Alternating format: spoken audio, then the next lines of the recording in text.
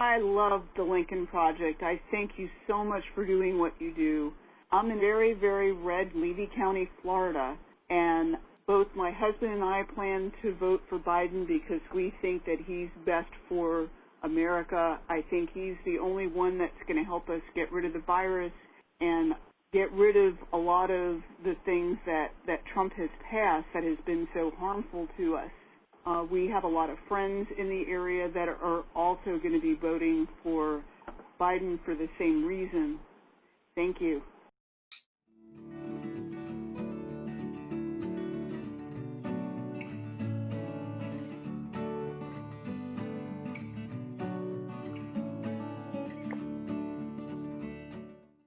I'm a Republican, and I'm voting for Biden because he needs to be able to heal this country. Our country is broken. Our hearts are broken. Our minds are being broken.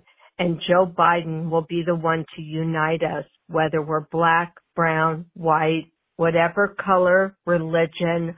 Biden will be able to put this country back together and heal us. Make us united as one country, one nation, one people. Please, make sure people vote for Biden. I'm a poll worker this year, and I'm scared to death to do it because I'm afraid that Trump is going to send people to the polls to take our votes. I want to make sure that everybody's voice and everybody's votes are heard.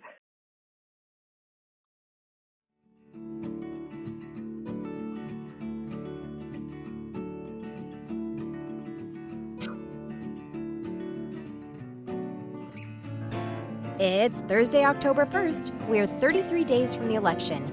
And if you're...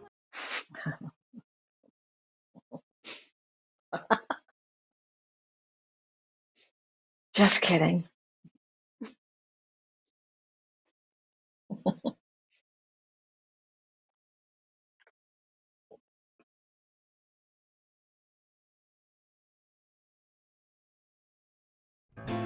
It's Thursday, October 1st. We're 33 days from the election. And if you're like me, you can only watch shows on your computer because you threw an anvil at your TV last night. Today is Debate Analysis Day on Vote for America, and we'll be talking with comedian Cameron Esposito, Bulwark publisher Sarah Longwell of Republican Voters Against Trump, and Vote Like a Mother founder Sarah Berliner. And now our host, Lincoln Project co-founder Jennifer Horn.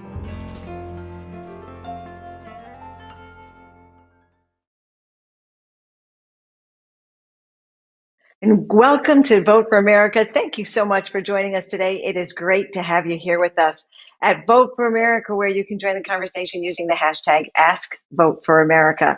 We want you to come back to us every day here until Election Day. We're going to be here to answer your questions, to calm your fears, to make sure you have the data you need to make informed decisions, informed decisions, to make sure that you have the information you need to persuade others to join us in this effort, and of course the tools you need to make sure that your voice is heard on Election Day.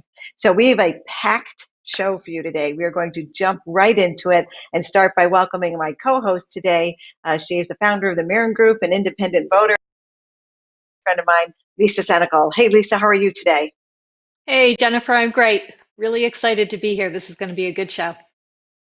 It's always great to have you with us. We're going to get right into it today. Of course, this is the first time that you and I have been together since that, what was called a debate on Tuesday night. You know, we spent a lot of time talking about it on Tuesday in the show leading up to it.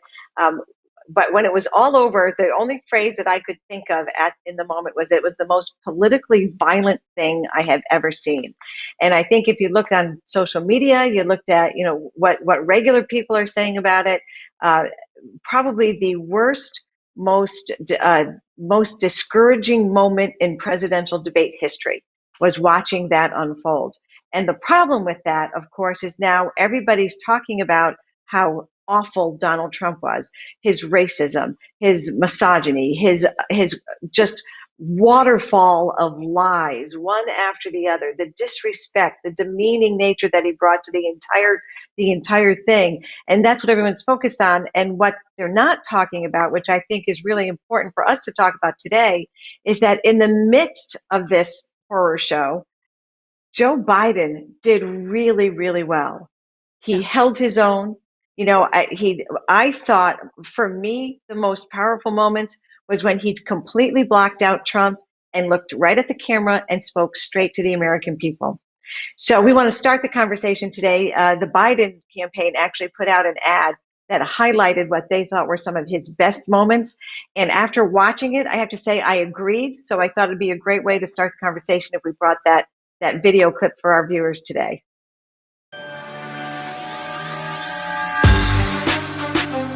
When he was presented with that number, he said, it is what it is. Well, it is what it is because you are who you are. He said he didn't tell us or give people a warning of it because he didn't want to panic the American people. You don't panic. He panicked. You can't fix the economy until you fix the COVID crisis. And he has no intention of doing anything about making it better for you all at home. He's Putin's puppy. He still refuses to even say anything to Putin about the bounty on the heads of American soldiers. My son was in Iraq. He was not a loser.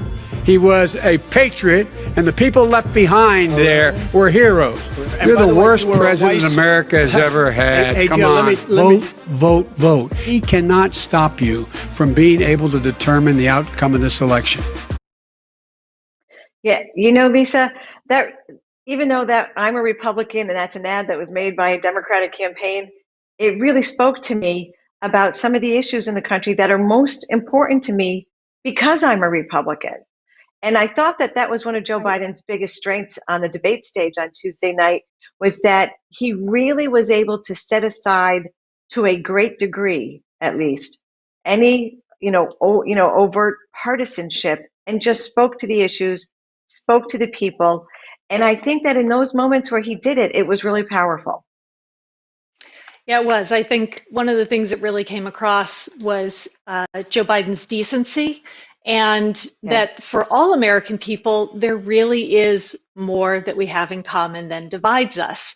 And he was able to really hit those marks very well. If you could move past the incredible, just as you said, waterfall of lies and interruptions and the rest of it. But Biden did a phenomenal job. And I think it's always important to remind people that Joe Biden still is a stutterer.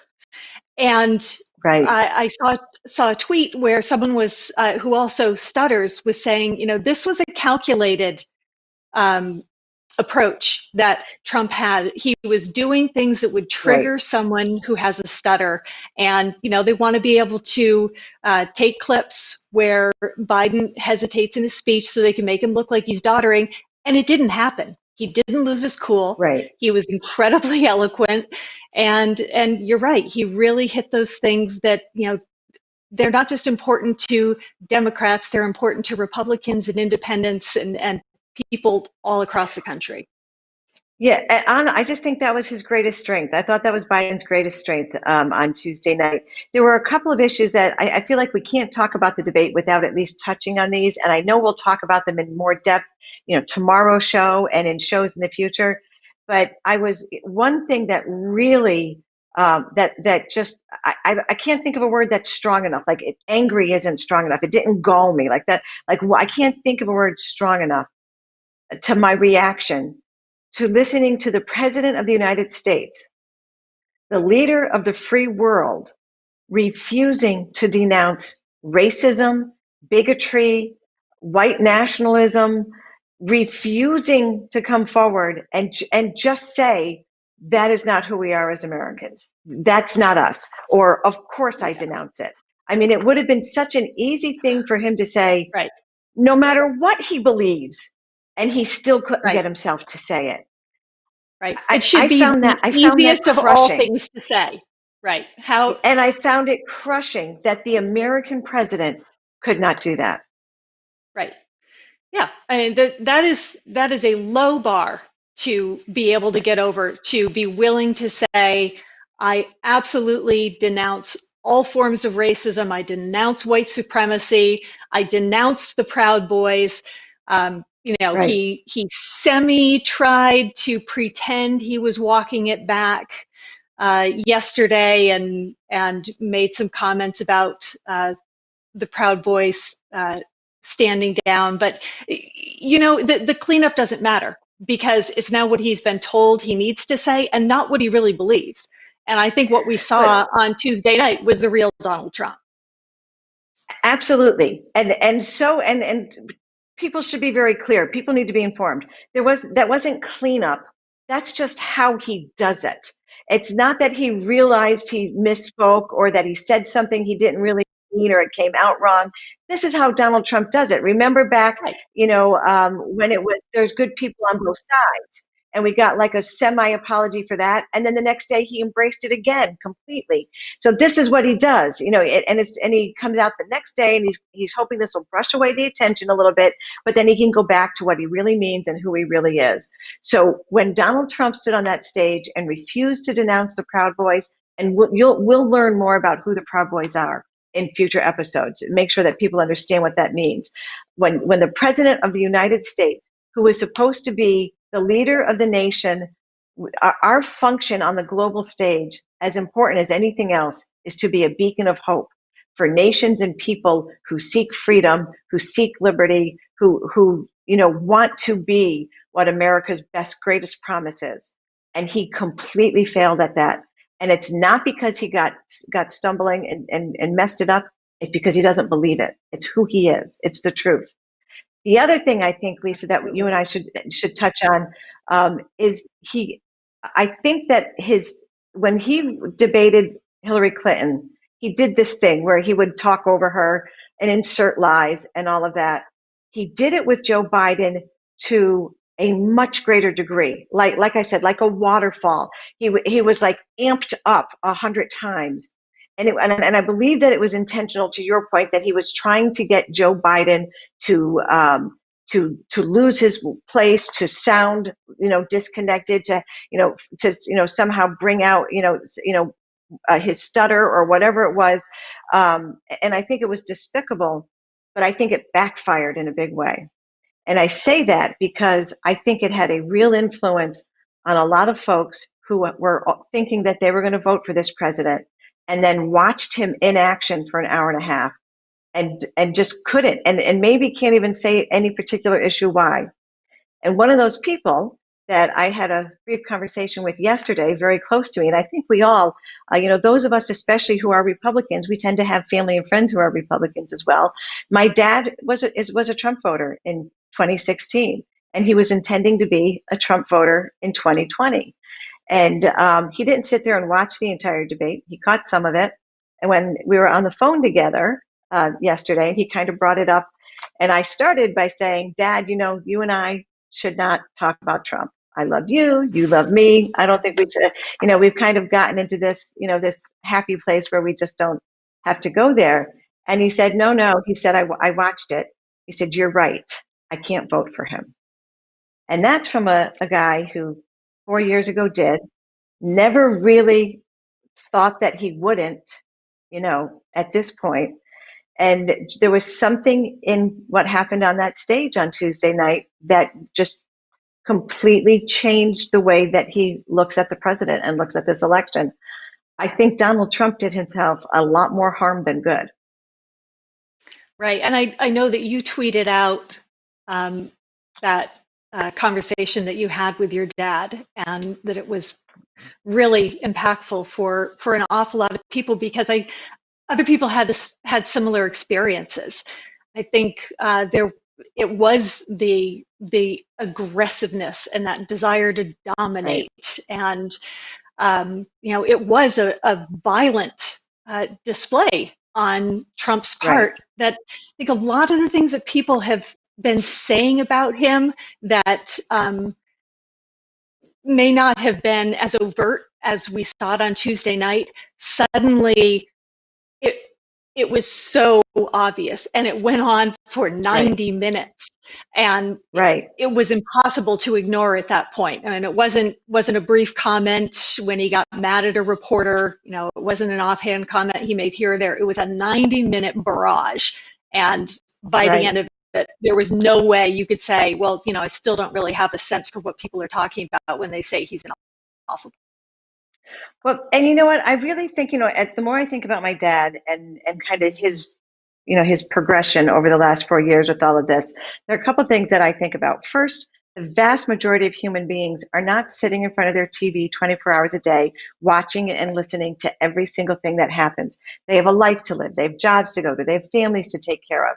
My dad spent the last 4 years taking care of my mom, who was elderly and ill. And I think that, that if your source of news is singular, if you're only watching Fox or you're only listening and reading, one source of news, it's easy to I can see where it is easy to sort of buy into some of this to some degree.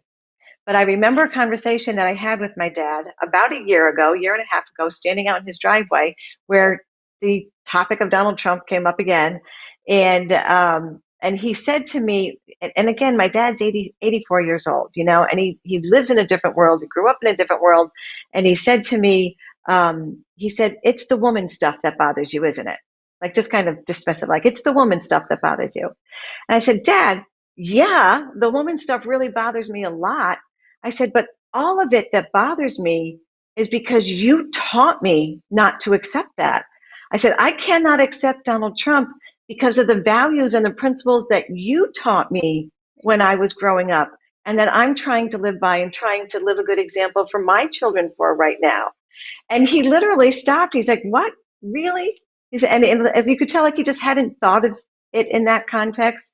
And I do think for my dad that was a moment that started to change the way he thought about things a little bit. Mm-hmm. And I think that's what happened last night for millions of Americans who are watching that debate, where they kind of just stopped and said, wait, really? Is this what I believe? Is this who I'm going to support?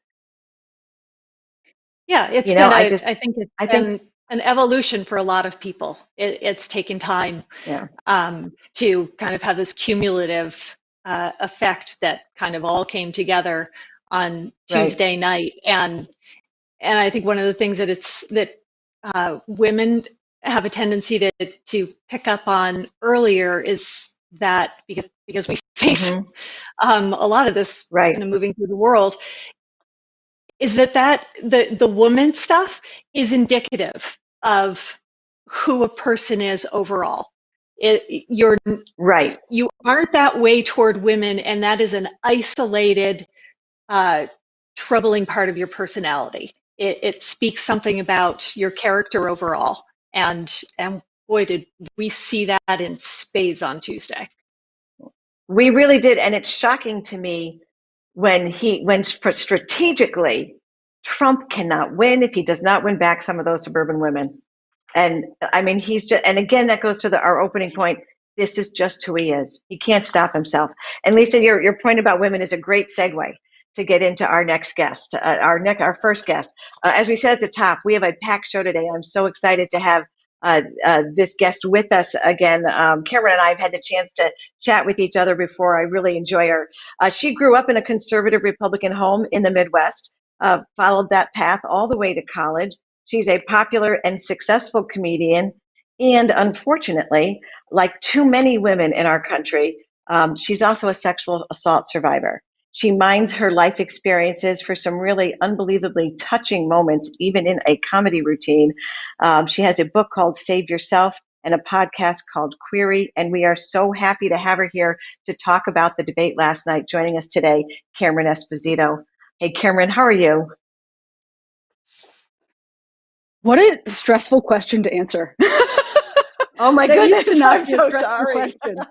No, I just, it's like it takes your breath away. And I think that's actually why we're here, is because that should be a question that we can answer pretty fluidly, either bad or good. But it does feel like, and I was listening to what y'all were both talking about, and it does feel, I'm holding my chest. That's the way I feel right now, and especially about what you were both just talking about. You and I currently are not on the same side of the political spectrum, and we have the same goal. Right. And the same reaction to what we saw on the stage Tuesday night. You talk about that holding your chest feeling. I was trying to come up with, an analogy, something that I could say as we were introducing the subject earlier. That's what it is. Like the longer that debate went on, the more you felt like your chest was getting tight and your heart was beating, and it's just and just kind of this sense that I cannot believe that this is what I'm watching, that this is what America has to look at to get to a presidential election. That is absolutely how I felt. I will say, you introduced me so beautifully, and I'm from a conservative Republican area. When the president is talking about white suburban women, despite my haircut and shirt, that's actually me historically. That's where I'm from. I have been golfing. I have eaten a well-done steak. I am a member of a book club currently. These are my credentials. And for me,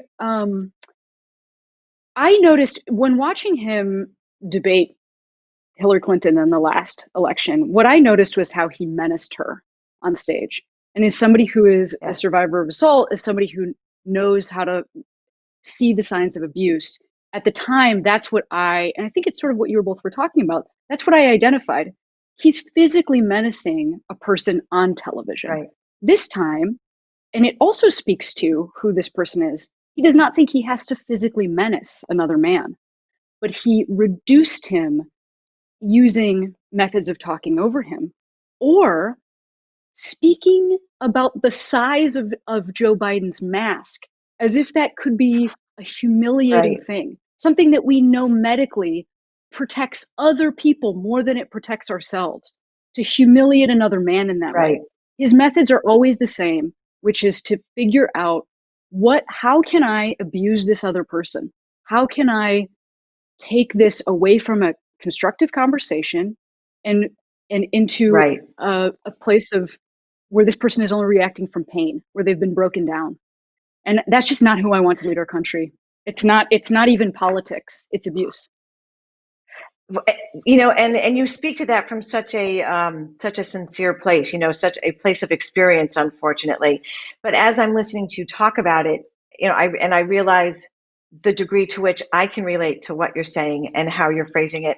I think that was the experience I think that an awful lot of people, and I was going to say an awful lot of women, but I'll bet not just women, that an awful lot of people watching that debate felt abused by what they were witnessing, by what they had to see. I also felt like Joe Biden did a remarkably good job of not allowing himself to be abused by the president, if that makes sense. Did you have a response? Because as we were saying earlier, I really responded as a viewer when Joe Biden looked right at the camera and, tuned the president out and spoke to us, spoke to the American people. Did you have what were your thoughts? Just what were your honest response to Joe Biden? My honest response to that is I live in California. I have a governor who has spoken directly to the people in this state throughout the pandemic. I have watched other governors do that. The fact that we as Americans have been without a leader that can speak directly to us, without a leader that fields a question coherently. He starts a sentence, our president starts a sentence and ends it somewhere else completely, never having addressed what's gone on.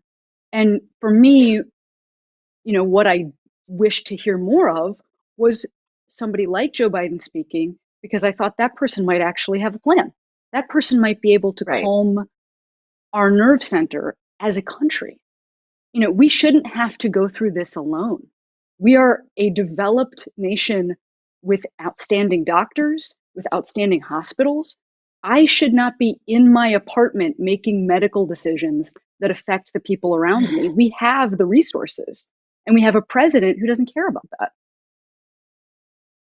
I think that's a great point, and it's a big part of what I thought was so powerful about Joe Biden.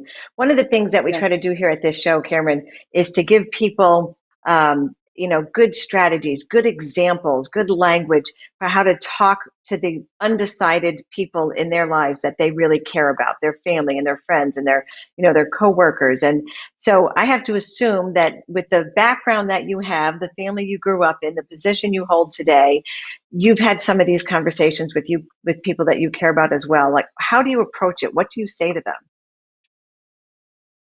Well, first of all, I want to say my whole job as a comic is often walking into rooms where most people in the audience don't share my identity, where many people might disagree with me. That's kind of part of it. And I certainly have done this in my own family. What I will say is that I always try to personalize it. That's just me. That's what I do, and talk about the ways in which this is affecting my life, especially if these are people that love you. I have in the past, I've written when marriage equality was on the ballot in a more clear way. I wrote a letter to my parents, and I said, this is something that affects my mental health, my physical health, my rights. And that's the same thing that I see on the line today. I think that we were marching in the direction that we headed in terms of LGBTQ rights anyway. I look at this president and anything could be rolled back. Anything could be rolled back. Anything could be taken away. And I really try to tell people, if you love me, then you wouldn't want me to be harmed. And I'm in a position where I get to do that, but I'm assuming that you have a lot of viewers who are white women and who have previously voted Republican. And so I would just say to those women, like, this is an issue of self-respect. I respect myself enough to want to be able to watch the president. And I can't watch this man because it is harmful to my mental and emotional health. And that's not where you lie on the political spectrum. That's we shouldn't have to listen to this. We shouldn't have to listen to someone gaslight us about whether or not a disease we know is highly contagious is highly contagious. He shouldn't get to say that he brought back football and that's why it doesn't matter that 200,000 Americans have died. Yeah, outrageous. I mean, I hear you say that, and I've got that feeling in my heart again, that you're in my chest again, that we were talking about a minute ago. I think you're right, Cameron. And telling these personal stories are so powerful. They really speak to people.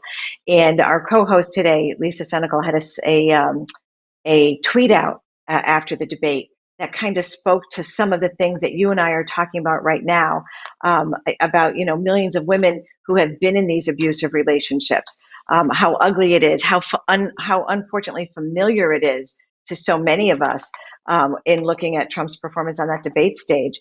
And I know that Lisa has a lot of important thoughts about this. I'd like to bring her into the conversation. So Lisa, there you are. I'm sorry, I couldn't see you at first. So Lisa, it's good to have you here also. Thank you. Cameron, I'm so excited to have a chance to talk with you. One of the things that you just said that I think is so important is when you personalize these issues. And the Me Too movement, when that hashtag blew up, I think personalized what women go through for an awful lot of people who didn't realize that they had mothers, daughters, sisters, friends who had all these experiences.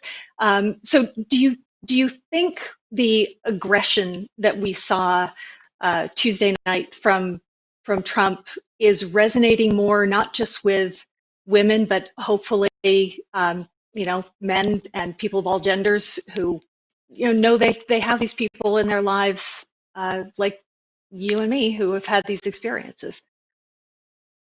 Well, first, Lisa, I really would applaud you for sharing that tweet and talking about your personal experience. And I'm sorry for your experience, and I'm so glad that you shared it. And I also want to say that I hope so. I mean, I have more faith in humanity than that it doesn't matter.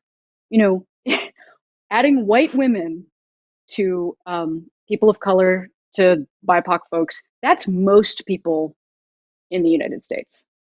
And so it has to be true that most people in the United States are valuable.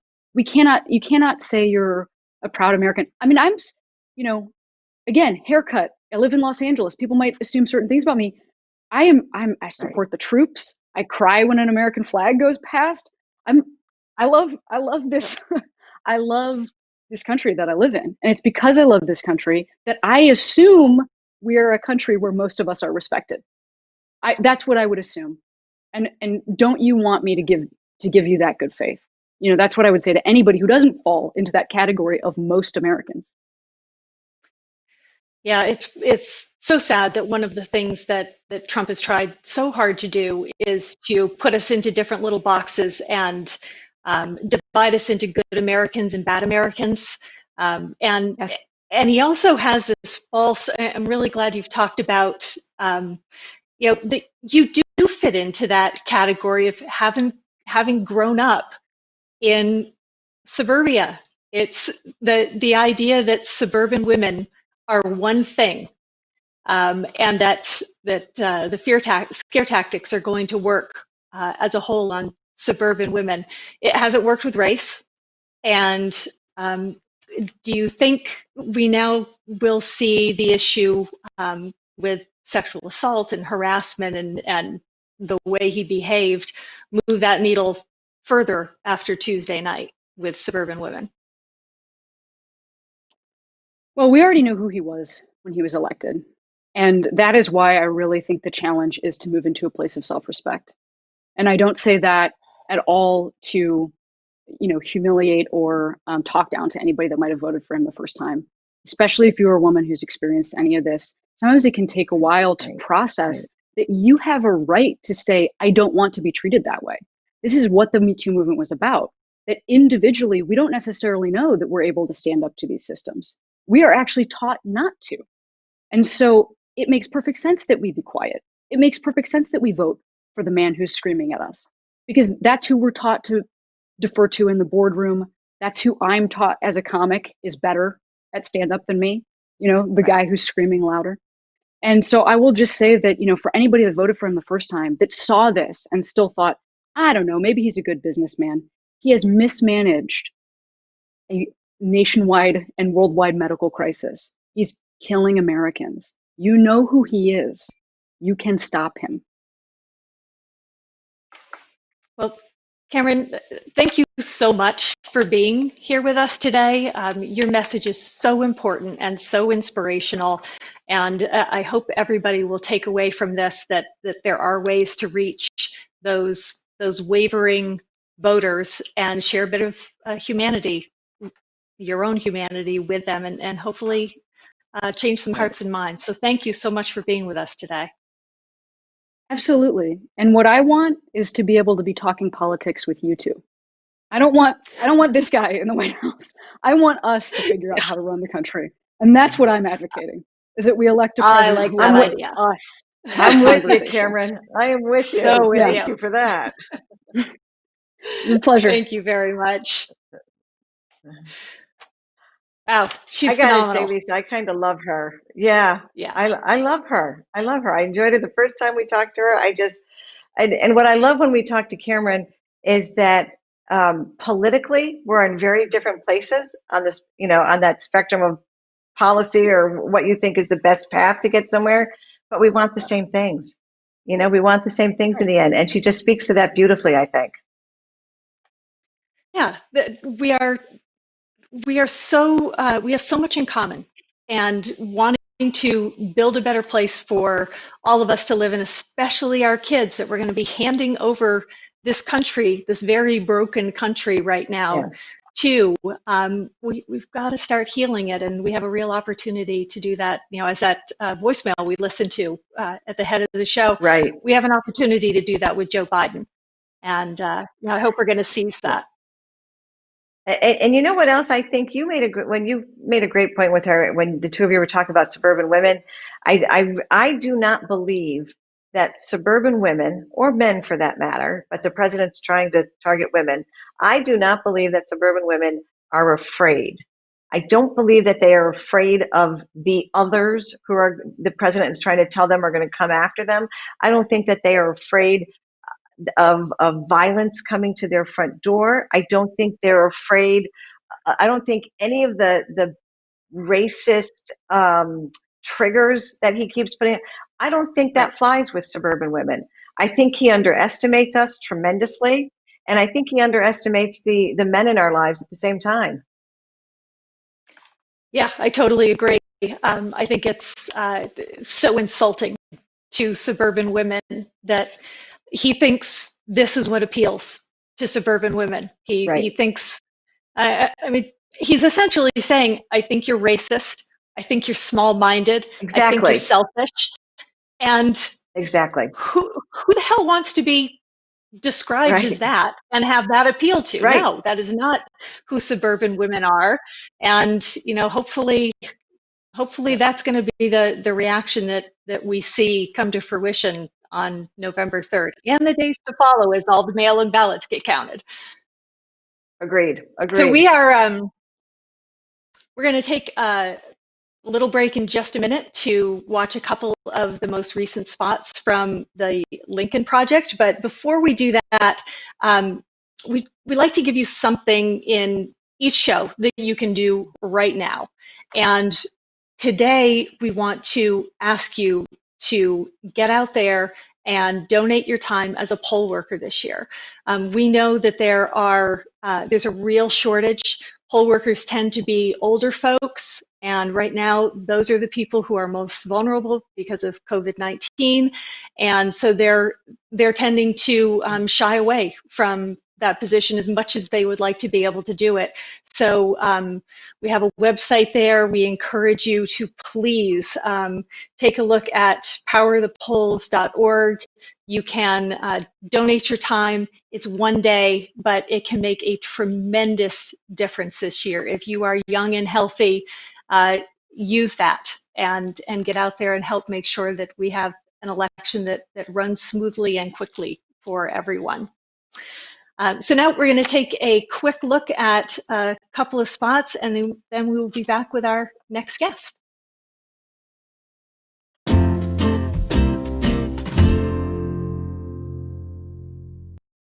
Are you willing tonight to condemn white supremacists and militia groups and to say that they need to stand down and not add to the violence in a number of these cities, as we saw in Kenosha and as we've seen in Portland? Sure, are you I'm prepared to specifically do it? Well, I would say almost everything I see is from the left wing, not from the right wing. So what are you saying? I'm willing to do anything. I want to see peace. Then do it, sir. Say it. Do it. Say it. You want to call them? What do you want to call them? Give me a name. Give me a white name. Supremacists and white like me to condemn? White supremacists and right Proud Boys, stand back and stand by.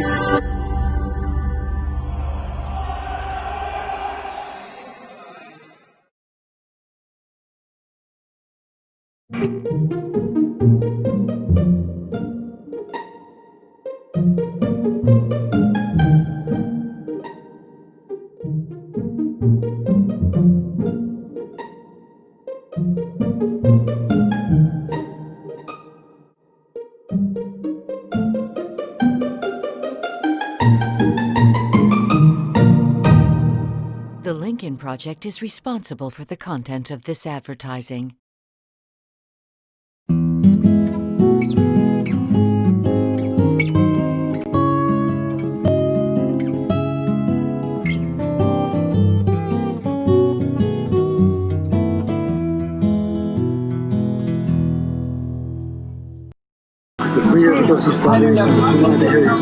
Oh man, come on. I tell you what. Don't let it define you. You are smart as hell. You really are. You can do that. Can I get a phone number for you and I can tell you what I used to do? There's about 25 stutterers I continue to work with this, but I promise you you can do it. And you know when I say I know about bullies, you know about bullies. The kids who make fun. Bullies are cowards who tear others down. I don't know what I said. I don't remember. Knock the crap out of them, would you? Seriously. Okay? Just knock the hell. I promise you, I will pay for the legal fees. I promise. It's time for decency. It's time for Joe Biden. It's going to change, honey. I promise you. I promise you. Is it all right if I call him Dad? The Lincoln Project is responsible for the content of this advertising.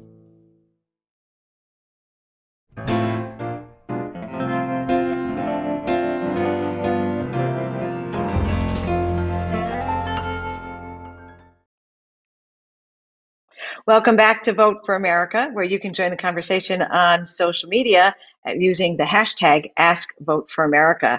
I'm really excited to have our next guest with you. We told you we had a packed show. This is a good one.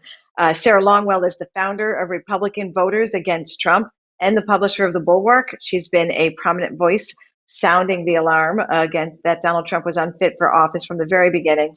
I'm so happy to have her joining us today. Sarah, welcome to the show. Hey, Jen. Good to see you. Thanks for having me. It is good to see you too. You're looking good, and I'm so excited about the work that you guys are doing over there at Republican Voters, the Republican Voters Against Trump. I hope I said it right when I introduced you, RVAT. You guys are doing great work, but I want to jump. Good. So I want to jump right into the meat of it here today, because we're talking about the debate and the impact that it has had on voters, in particular undecided voters. And you've been doing a ton of really informative work with focus groups, talking to all different demographics of voters.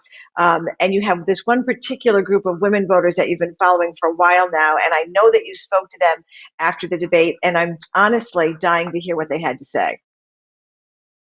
Yeah, so this group, I really like this group. One of the reasons I decided to track them and sort of stick with them and check in with them is because, a lot of the groups that I talk to, people have made up their minds, or they're really leaning one way or the other. But in this group, there are 9 women, all 2016 Trump voters, and there's really one who's kind of all in for Biden, one person who's been pretty much there on Trump, and then the rest are totally undecided, and they're all from swing states. And I think there's a lot of people who are like, who is undecided at this point? Like, what does that even look like to be undecided?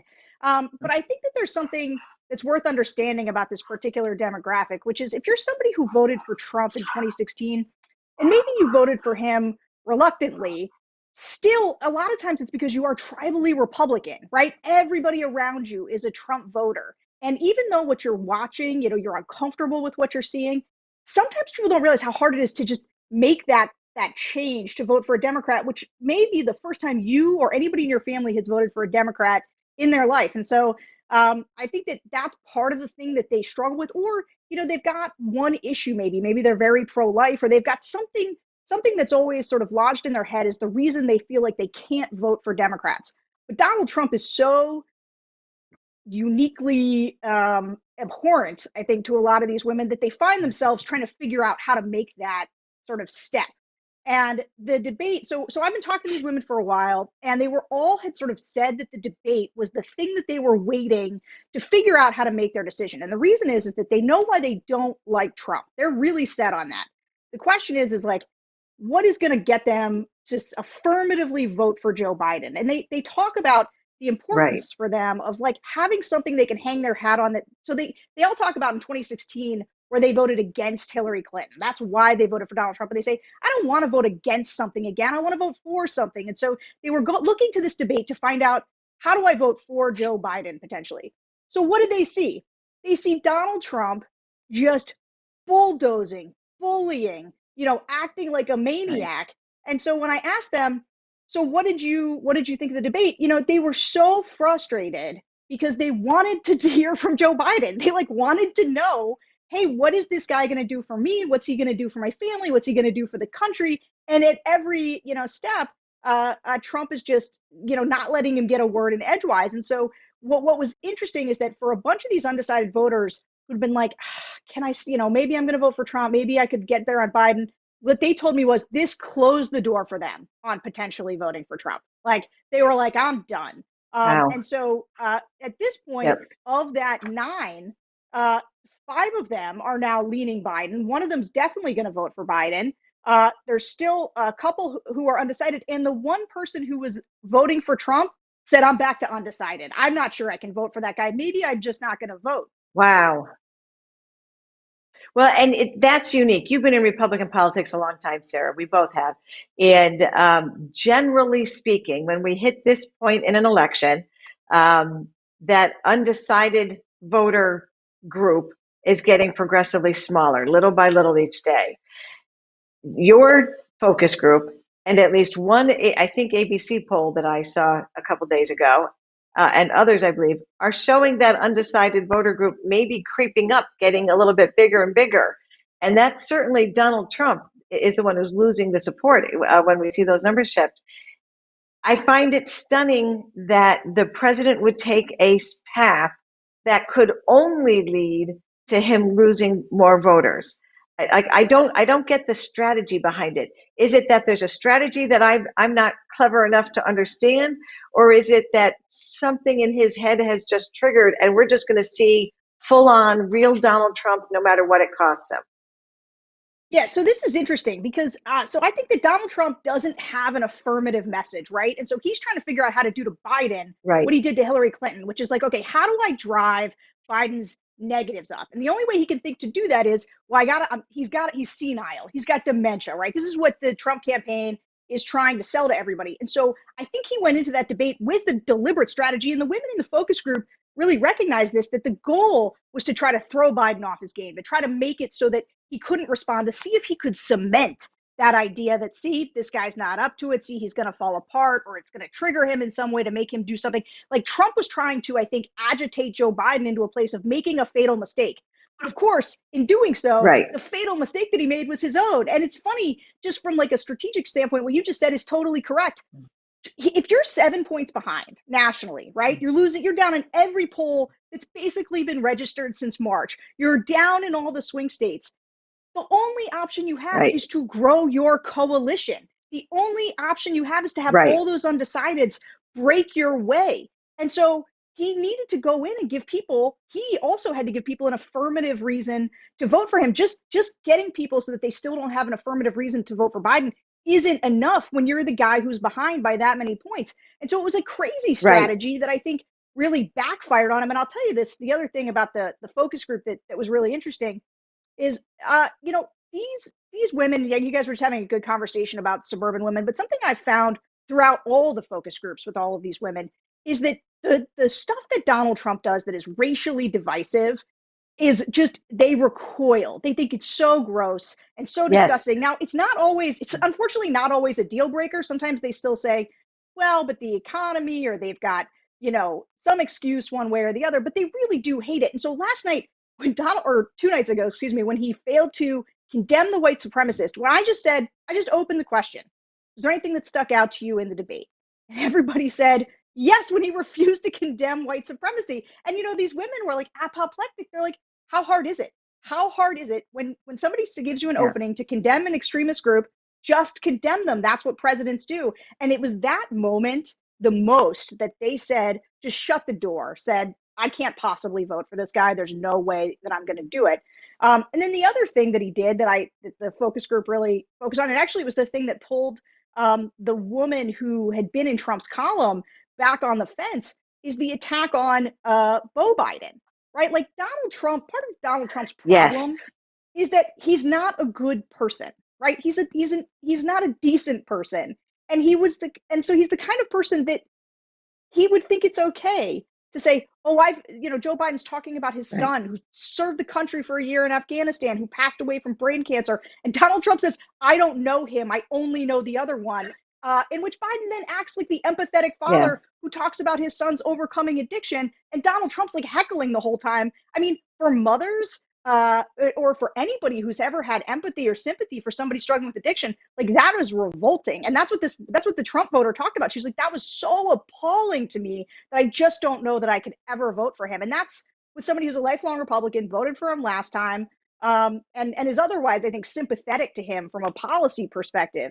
But I just the thing that's wild to me is that's 9 Trump voters. Okay, now focus groups are not polls. They are small sample sizes. And these are people who rate him as not doing a very good job. So they are selected for people who are already on the president.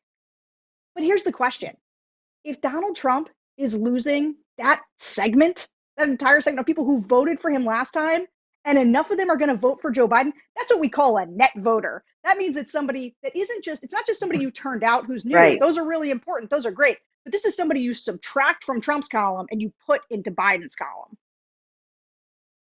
Yeah, and you know what? That's exactly what we're about here at the Lincoln Project. We know that if we can move 3 or 4% of Republican voters to vote for Joe Biden, whether they voted for Donald Trump 4 years ago or not, that's how we win. That's how Joe Biden wins. With just that little bit. And so you're talking already about where he's grabbing them one by one by one.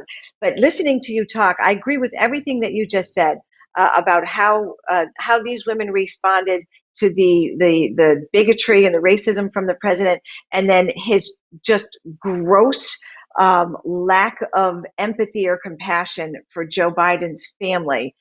It doesn't surprise me at all that that's how this group of women responded. But as I'm listening to you talk about it out loud, I wonder if the president's assumption that he can just divide the American people into a whole bunch of little groups who think that this other group is coming out to get them. Not only do I think it's going to fail, it's just occurring to me, maybe it's just completely outdated.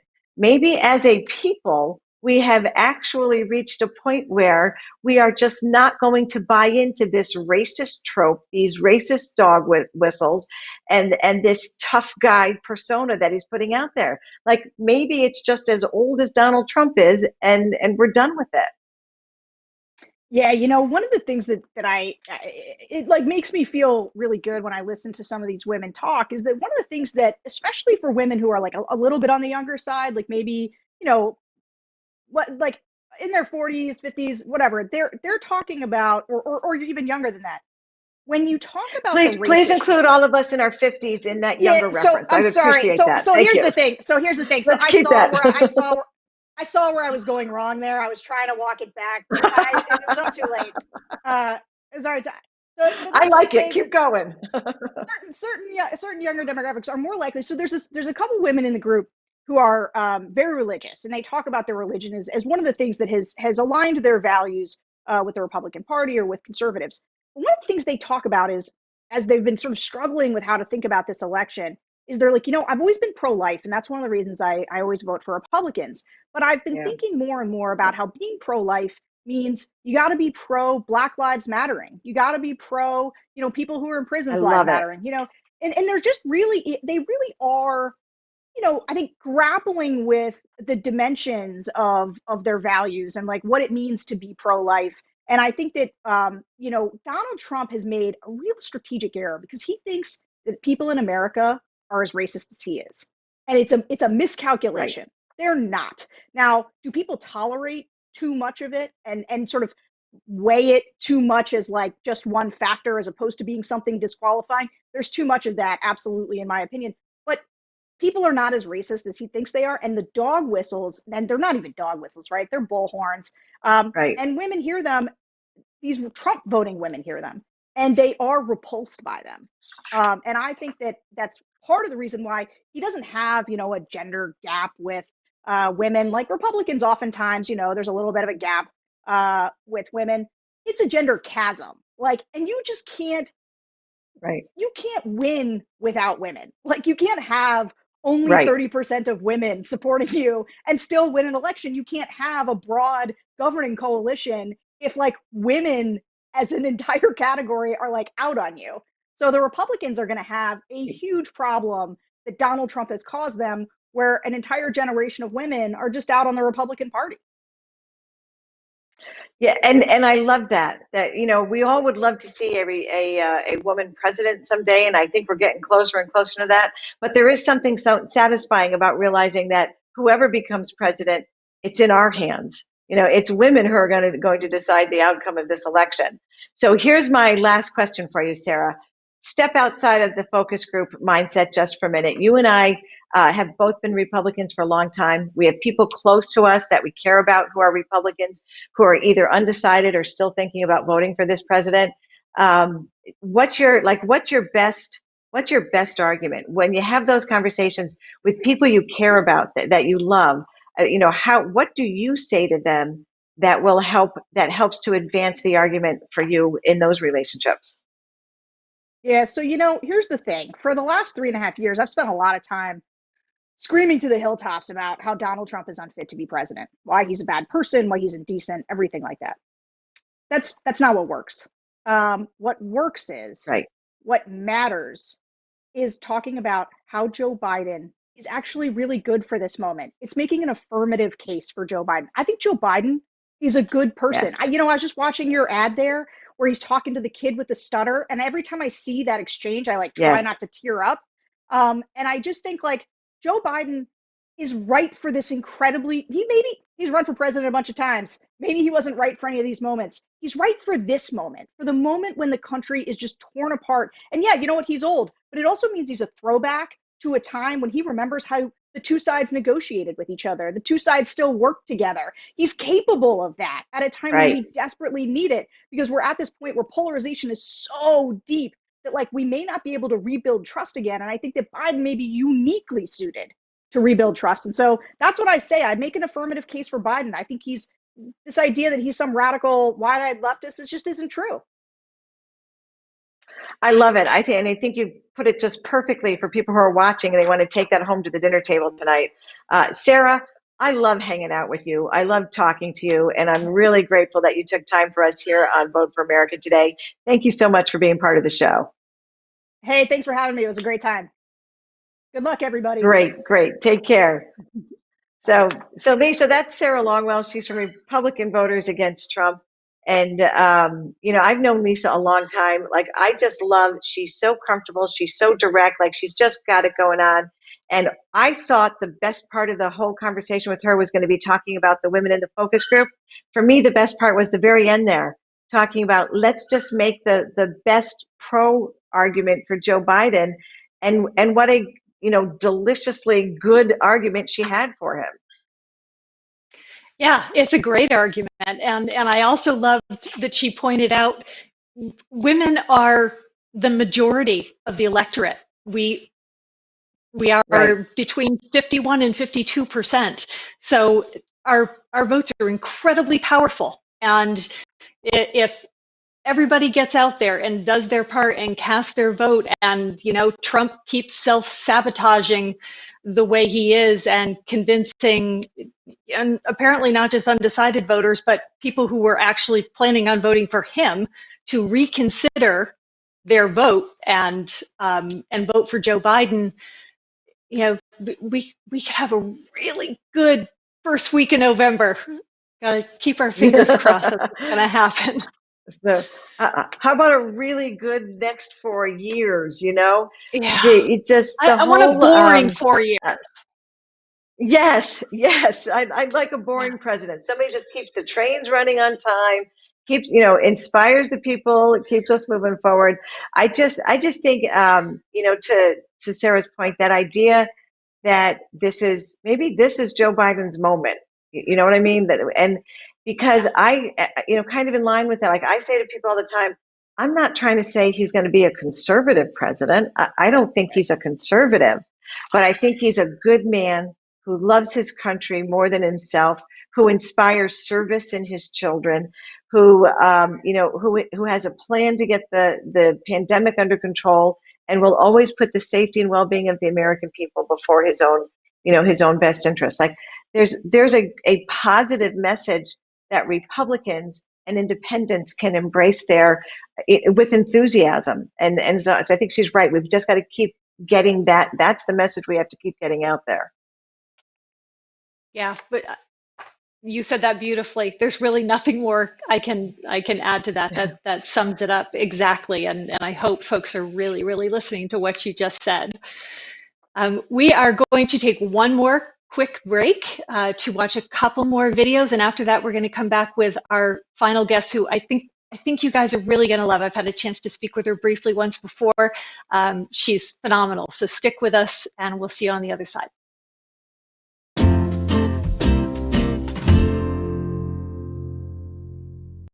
My name is Jennifer Kroll. I'm from Zeeland, Michigan, and I am a BSN RN nurse. Donald Trump, I think it is very frustrating that you are undermining the millions of health professionals who have dedicated their entire lives to studying, to taking care of people, to putting their interests above our own. In a national crisis, the likes of which this country has never seen before, we needed a leader who would cheer on the people that contracted COVID, who would support the people caring for those with COVID, and would back those who are fighting COVID and trying to keep our country safe. You failed as a leader, and we were left with 200,000 and counting that lost their lives due to your failure of leadership. This is what's come of the Republican Party today. The party of Lincoln, Grant, Eisenhower, Reagan, Bush 41 and 43. May God bless America. What would Abraham Lincoln think if he saw his once proud party today? The anger. Knock the crap out of him, would you? The division, the hatred, the scars. The president called the American war dead suckers for getting killed. Now, ask yourself, is this your Republican Party? Is this the party you were so proud of being a part of? Now this is the third president in U.S. history to be impeached. Are you represented in this party? Are these the faces of your Republican Party? 6 close Trump associate to be indicted for a felony. Is this you? I voted for Trump. Then decide. Today, I couldn't be more ashamed of myself. Will you let your party be hijacked forever? The Lincoln Project is responsible for the content of this advertising.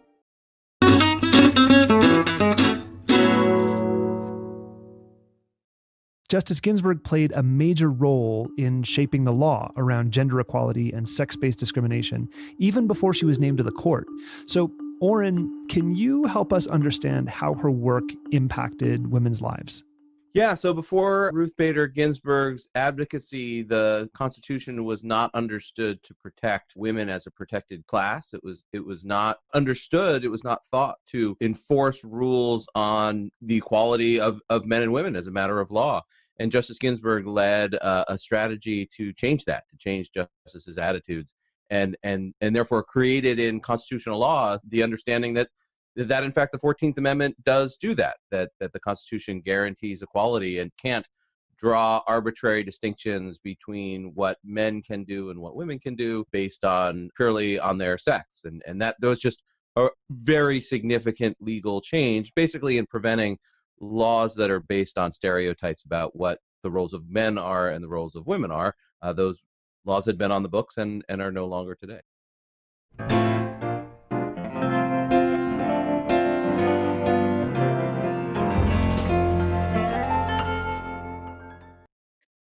Welcome back to Vote for America. We have our final guest coming in now, and I'm so excited to have her with us. Sarah Berliner is the founder of an organization called Vote Like a Mother. And that's an organization that views politics through the lens of parenthood. Since its inception, Vote Like a Mother has garnered thousands of supporters, and I am so excited to welcome Sarah to our show today. Delighted to be here. I love your work. Oh, thank you. Well, I love your work. I'm a huge Sarah Berliner fan. I'm a huge Vote Like a Mother fan. After we spoke before, I was so psyched to get my Vote Like a Mother swag. I was just really inspired. Awesome. So tell us how the organization came about. What was your inspiration? I was inspired in March of 2018 when the Parkland student survivors organized a massive national march about the gun violence issue. From their perspective, right away, they understood that it was connected to voting. And I was so impressed by these teenagers. I lost a cousin to gun violence in 2014. And I really saw that they connected their work and the path ahead to legislative advocacy. And I was wishing that had happened, in time for my cousin and for prevention. So I wasn't deeply involved, but since 2014, I had been doing a little bit of work on the gun violence issue. And I wanted to go in. I live a couple hours outside New York City, and I said to my family, we're going in. We're going to go in and we're going to make signs and we're going to show up and we're going to be there and support these teens.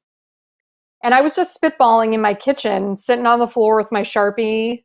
And I thought, vote them out. Vote like your life depends on it, because of course it does. Vote like a I like it. And I did a quick Google and I didn't see it out there. I was kind of surprised, but I just thought, well, I just didn't go as deep. I'm obviously going to be the 1,000th person to think of this. So I put it on my cardboard and I posted it on Instagram just to my personal feed because I didn't have anything else and I wasn't a big social media user. And right away, I started getting this feedback, like as if people hadn't heard that phrase before. And so I sort of went into the march with this feeling like maybe this is actually something.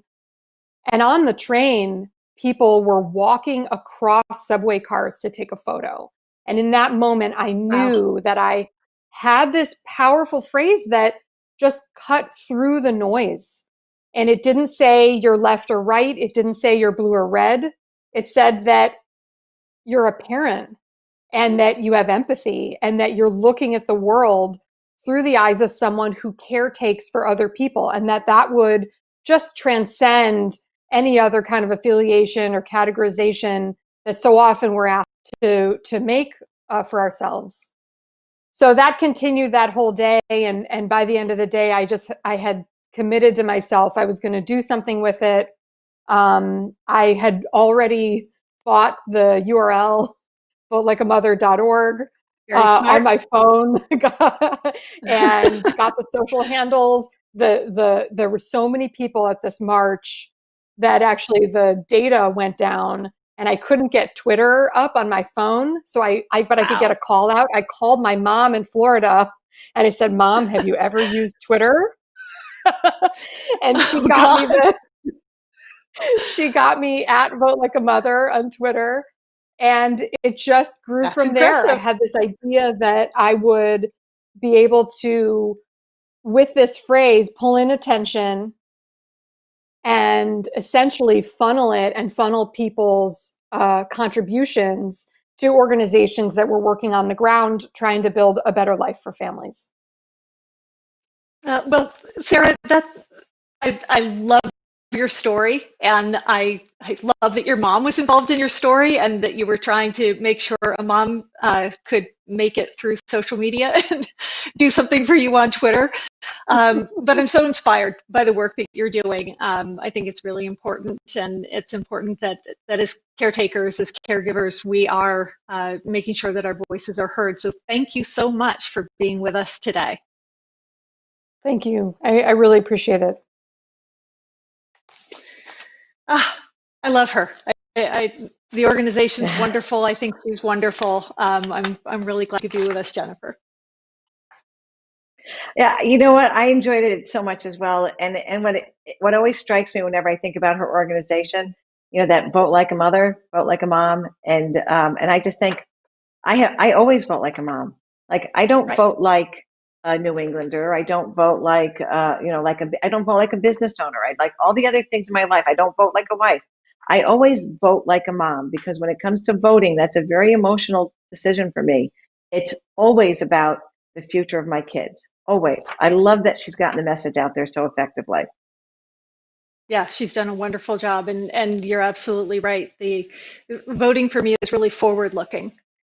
It's not just what I want to see happen right now. It's I have children, and I want to be able to have an impact on the world that I'm going to be leaving for them to be the next caretakers of. So she's doing some good stuff. Yeah, I love that. We need all those dads and grandparents and uncles and voting like moms to vote like a mom this year as well. Vote like a mother. I love that. Lisa, thank you so much for bringing her to us. And thank you so much for being with us today.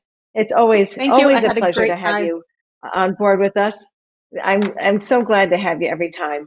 And folks, before we completely wrap this up, I just want to talk to you a little bit more about something that's, kind of strong in my heart, I guess. We talked about that tweet that I put out earlier about my dad and his reaction to what he saw from Donald Trump on that debate stage. And it has really moved me, but it has really moved a lot of other people apparently as well. I was one of those tweets, like I just put it out there, just off my cuff, thinking, this is a moment that just happened in my life. This is interesting, and it just went a little nuts. I can't see the screen close enough to tell you how many people ended up responding to it, but it was overwhelming. And we're going to share a couple of those responses with you right now. But while they show those, I just want to tell you, for me, the response to that tweet really has shown is how deeply people really care about our country. People say this all the time, but I think we're going to see it in this moment more than in the past. We have so much more that unites us than divides us. The things that we care about, that we share in our hearts, far outweigh those things where we disagree. There were just thousands of people out there who said either they had the same response my dad had, or they know somebody who did, that when they stopped and really had a chance to look at the president in action, showing who he is. You know the old saying, when someone shows who they are, you should believe them. And it's really moved them. And it has moved me as well to see that kind of response, because that's why we do this show. This is about bringing out the best in ourselves, bringing out the best in each other, being the best, fulfilling that promise of America that we all sort of grew up believing in instinctively. Only in these last, for me at least, only in these last several years have I ever really truly questioned it. So to see so many people come together and express that, that for me is what is so heartening about all of this. I am genuinely optimistic that we are going to succeed on Election Day.